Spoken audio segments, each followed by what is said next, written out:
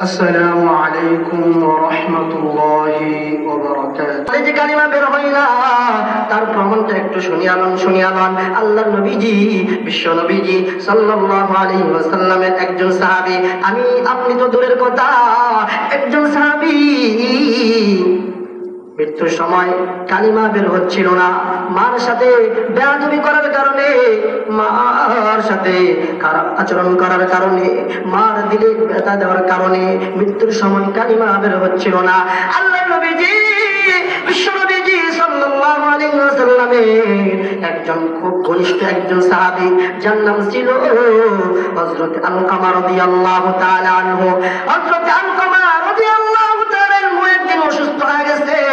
অসুস্থ হয়ে যাওয়ার পরে মৃত্যু শয্যায় শায়িত হযরত আলকামা স্ত্রী বারবার আলকামাকে কালিমা তালকিন দিতেছিলেন, কিন্তু আলকামা জবান দিয়া কালিমা বের হচ্ছিল না। বারবার কালিমা তালকিন দেয়, আলকামা কালিমা পড়তে পারে না। আলকামার স্ত্রী এক দৌড় দিয়ে আমার নবীজির দরবারে চলে যায়। আমার নবীজির দরবারে গিয়া আমার নবীজিকে সালাম দেয়, আসসালাতু আসসালামু আলাইকা ইয়া রাসূলুল্লাহ। ও নবীজি, আমি আপনার সাহাবী হযরত আলকামার স্ত্রী। ও নবীজি, আলকামা মৃত্যু শয্যায় শায়িত। ও নবীজি, আলকামাকে বারবার কালিমার তালকিন দিয়েছি। ও নবীজি, আলকামার মুখ দিয়া কালিমা বের হচ্ছে না। ও নবীজি, আপনি যদি একটু যাইতেন, কালিমা তালকিনটা দিতেন, মনে হয় কালিমাটা পড়তে পড়তে আলকামা দুনিয়ার থেকে বিদায় নিতেন। ও নবীজি, আপনি একটু আসেন। আমার নবীজি সাল্লাল্লাহু আলাইহি ওয়াসাল্লাম বলেন, ও আলকামার স্ত্রী, আমি যাব না। আল্লাহর নবীজি চারজন বড় বড় সাহাবীদেরকে দিয়া দিলেন। ওই চারজনের ভিতরে একজন ছিলেন হযরত বেলাল রাদিয়াল্লাহু তাআলা আনহু। ওই চারজন সাহাবী আল্লাহর নবীজির নির্দেশ পায়া আলকামার বাড়িতে চলে গেলেন। চারজন সাহাবী বারবার আলকামাকে কালিমার তালকিন দেয়। বারবার তালকিন দেওয়ার পরেও আলকামার মুখ দিয়া কালিমা বের হয় না। সাহাবায়ে কেরাম হযরত বেলালকে পাঠায়া দিলেন আমার নবীজির দরবারে। ও বেলাল, যাও, আমার নবীজিকে গিয়ে এই খবরটা জানায়া দাও। হযরত বেলাল আমার নবীর কাছে যখন আসলেন, আসার পর যখন বললেন, ও নবীজি, আলকামা তো কালিমা পড়তেছে না, কালিমা পড়তে পারতেছে না। এই কথা বলার পরে আমার নবীজি, বিশ্ব নবীজি সাল্লাল্লাহু আলাইহি ওয়াসাল্লাম বলেন, ও বেলাল, আলকামার মা বাবা কি এখনো বেঁচে আছেনি?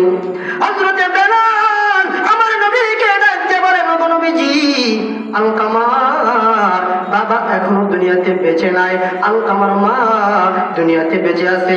মনোযোগ দিয়ে একটু ঘটনাটা শুনবেন। মা বাবার খেদমত না করলে কি হয়? মা বাবার খেদমত অনেক দূরের কথা, মা বাবার দিলের মধ্যে আঘাত দিলে কি হয়? আলকামার মুখ দিয়ে কালিমা বের হয় না। আমার নবীজি, বিশ্ব নবীজি এবার হযরত বেলালকে ডাক দিয়ে বলে, ও বেলাল, যাও যাও, আলকামার মাকে গিয়া খবর দাও। আলকামার মা যদি আসতে পারে তাহলে আসলোই, আর যদি না আসতে পারে আমি মুহাম্মদ আলকামার মার কাছে চলে যাব। এবার হযরত বেলাল রাদিয়াল্লাহু তাআলা আনহু আলকামার মার দিকে দৌড়ায়, আলকামার মাকে সালাম দেয়। এবার বলতেছে, আলকামার মা, বিশ্ব নবীজি সাল্লাল্লাহু আলাইহি ওয়াসাল্লাম আপনাকে যাওয়ার জন্য বলেছেন। যদি আপনি না যাইতে পারেন তাহলে আল্লাহর নবীজি সাল্লাল্লাহু আলাইহি ওয়াসাল্লাম নিজে চলে আসবেন। আলকামার মা এই কথাটা শোনার পর সাথে সাথে উত্তর দেয়, ও বেলাল, জানুনি, আমি যদি এত অসুস্থ থাকি, যেমন আমার এত অসুস্থ, হাই হেঁটে যাওয়ার কোনো শক্তি আমার শরীরে নাই, যদি এরকম হইতো তাহলে গড়াইয়া হলে আমার নবীজির দরবারে হাজির হইতাম। কন্যা সুবহানাল্লাহ। হযরত আলকামার মা এবার আমার নবীজির দরবারে চলে গেলেন। আমার নবীজি, বিশ্ব নবীজি সাল্লাল্লাহু আলাইহি ওয়াসাল্লাম আলকামার মাকে বলতেছেন, ও আলকামার মা, তোমার সন্তান আলকামা কেমন, আলকামার ব্যাপারে আমাকে কিছু জানাও, আলকামার সম্পর্কে আমার কাছে কিছু বলো। ও আলকামার মা, এবার আলকামার মা আমার নবীজি বিশ্ব নবীজি সাল্লাল্লাহু আলাইহি ওয়াসাল্লামকে ডাক দিয়ে বলতেছেন, ওগো নবীজি, আমার সন্তান আলকামা নামাজ পড়ে, আমার সন্তান আলকামা রোজাও রাখে। ওগো নবীজি, আমার আলকামা তাহাজ্জুদ পড়ে, ও নবীজি সব আমলগুলো করে, ও নবীজি সব আমল করে, আলকামা দান খায়রাত করে, সব কিছু করে, ও নবীজি। কিন্তু আলকামা একদিন আমার সাথে একটু খারাপ আচরণ করেছিল। ও নবীজি, আলকামার স্ত্রীর সাথে আমার একটু ঝগড়া হয়, ঝগড়া হওয়ার কারণে আলকামা তার স্ত্রীর কথায় আমার দিলের মধ্যে আঘাত দিয়েছে। ও নবীজি, এই জন্য আলকামার মুখ দিয়া কালিমা বের হচ্ছে না। এবার আমার নবীজি বিশ্ব নবীজি সাল্লাল্লাহু আলাইহি ওয়াসাল্লাম বলতেছেন, ও আলকামার মা, তুমি আলকামাকে মাফ করে দাও। আলকামার মা কয়, না না, আমি মাফ করব না, আলকামাকে আমি মাফ করব না। আলকামা আমার দিলের মধ্যে ব্যথা দিয়েছে, আলকামার স্ত্রীর কথা আমার দিলের মধ্যে আঘাত দিয়েছে। আলকামার মা আলকামাকে মাফ করতেছে না।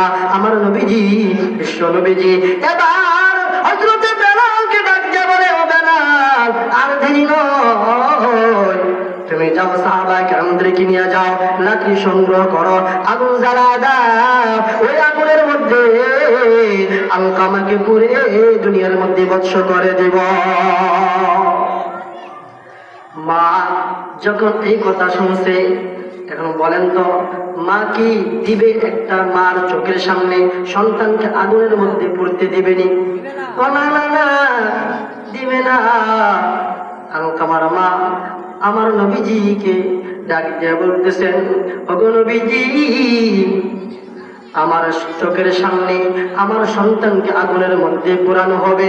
ওগো নবীজি, আমি মা হইয়া এটা সহ্য করতে পারবো না। ও নবীজি, এত কষ্ট করে আলকামাকে লালন পালন করেছি। ওগো নবীজি, আলকামাকে আমি 10 মাস গর্ভে ধারণ করেছি। আলকামাকে আমি 2 বছর বুকের দুধ পান করেছি। ওগো নবীজি, এত কষ্ট করে লালন পালন করেছি, এত আদর যত্ন করে লালন পালন করেছি। ওগো নবীজি, এত কষ্টের সন্তান আমার চোখের সামনে আগুনের মধ্যে পড়বে, এটা আমি মা হইয়া সহ্য করব না। ওগো নবীজি, আপনি সাক্ষী থাকুন, আমি আলকামার মা, আলকামাকে মাফ করে দিলাম। আর জোরে কন্যা সুবহানাল্লাহ। এবার আমার নবীজি বিশ্ব নবীজি হযরতে বেলালকে ডাক দিয়া বলে, ও বেলাল, যাও আলকামার কানে গিয়ে এই কথাটা পৌঁছায়া দাও। হযরতে বেলাল এবার দৌড়ায়। হযরতে বেলাল বলে, ও দুনিয়ার মানুষ, আমি এখনো হযরত আলকামার বাড়িতে গিয়ে পৌঁছি নাই। হযরত আলকামার বাড়ির কাছে গেলাম, তখনই শুনতে পাইলাম হযরত আলকামা জোরে জোরে কালিমা পড়তেছে, লা ইলাহা ইল্লাল্লাহ, লা ইলাহা ইল্লাল্লাহ, লা ইলাহা ইল্লাল্লাহ, মুহাম্মাদুর রাসূলুল্লাহ সাল্লাল্লাহু আলাইহি ওয়াসাল্লাম। মা বাবার খেদমত করতে আমরা রাজি তো ইনশাআল্লাহ? কে কে রাজি? 2 হাত তুলে দেখা দেন। নারে তাকবীর! আল্লাহ পাক রব্বুল আলামিন